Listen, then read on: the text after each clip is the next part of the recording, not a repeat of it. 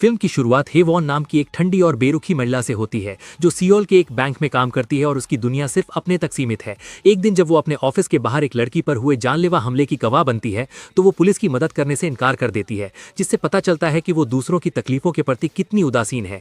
काम के बढ़ते तनाव और अपनी इस फितरत के कारण उसे छुट्टी पर भेज दिया जाता है, जिसके बाद वो अपने बचपन की यादों वाले टापू मूडो जाने का फैसला करती है, जहां उसकी बचपन की सहेली बॉक नाम उसका बेसब्री से इंतजार कर रही होती है।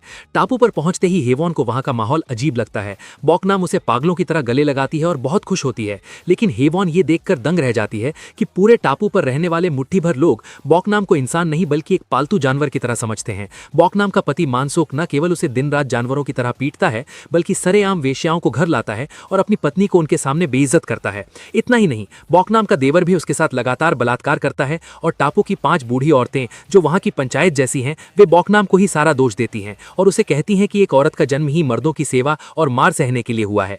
बॉकनाम इस नर्क से भागना चाहती है क्योंकि उसे डर है कि उसका पति अब उनकी छोटी बेटी योनही पर भी गंदी नजर रखने लगा है। लेकिन जब वो हेवॉन से मदद मांगती है तो हेवॉन अपनी पुरानी आदत के अनुसार न्यूट्रल बनी रहती है और उसकी चीखों को अनसुना कर देती है। बॉकनाम हेवॉन को अपने देवर के हाथों रेप होने से भी बचा लेता है, जैसे वो बचपन में हेवॉन को बदमाश लड़कों से बचाते थे। एक रात बॉकनाम अपनी बेटी को लेकर नाव से भागने की कोशिश करती है, लेकिन उसका पति उसे पकड़ लेता है। हाथापाई के दौरान वो अपनी ही बेटी को धक्का दे देता है, जिससे पत्थर से सिर टकराने के कारण बच्ची की मौके पर ही मौत हो जाती है।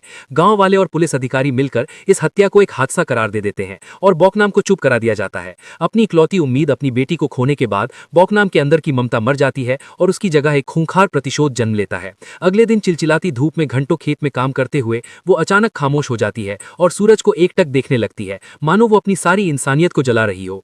बॉकनाम एक धारदार हंसिया उठाती है और सबसे पहले उन बूढ़ी औरतों का शिकार करती है जिन्होंने उसे ताने दिए थे, अपने सांस को क्लिफ से गिरा देते हैं। इसके बाद वो अपने दरिंदे देवर और फिर अपने जालिम पति को बहुत दर्दनाक मौत देती है। वो पूरे टापू को एक बूचड़ खाने में बदल देती है। अंत में कहानी हेवॉन और बॉकनाम के बीच एक खूनी टकराव पर आकर रुकती है, जहां बॉकनाम उसे एहसास कराती है कि उसकी चुप्पी और बेरुखी भी उन कातिलों जितनी ही गुनहगार थी।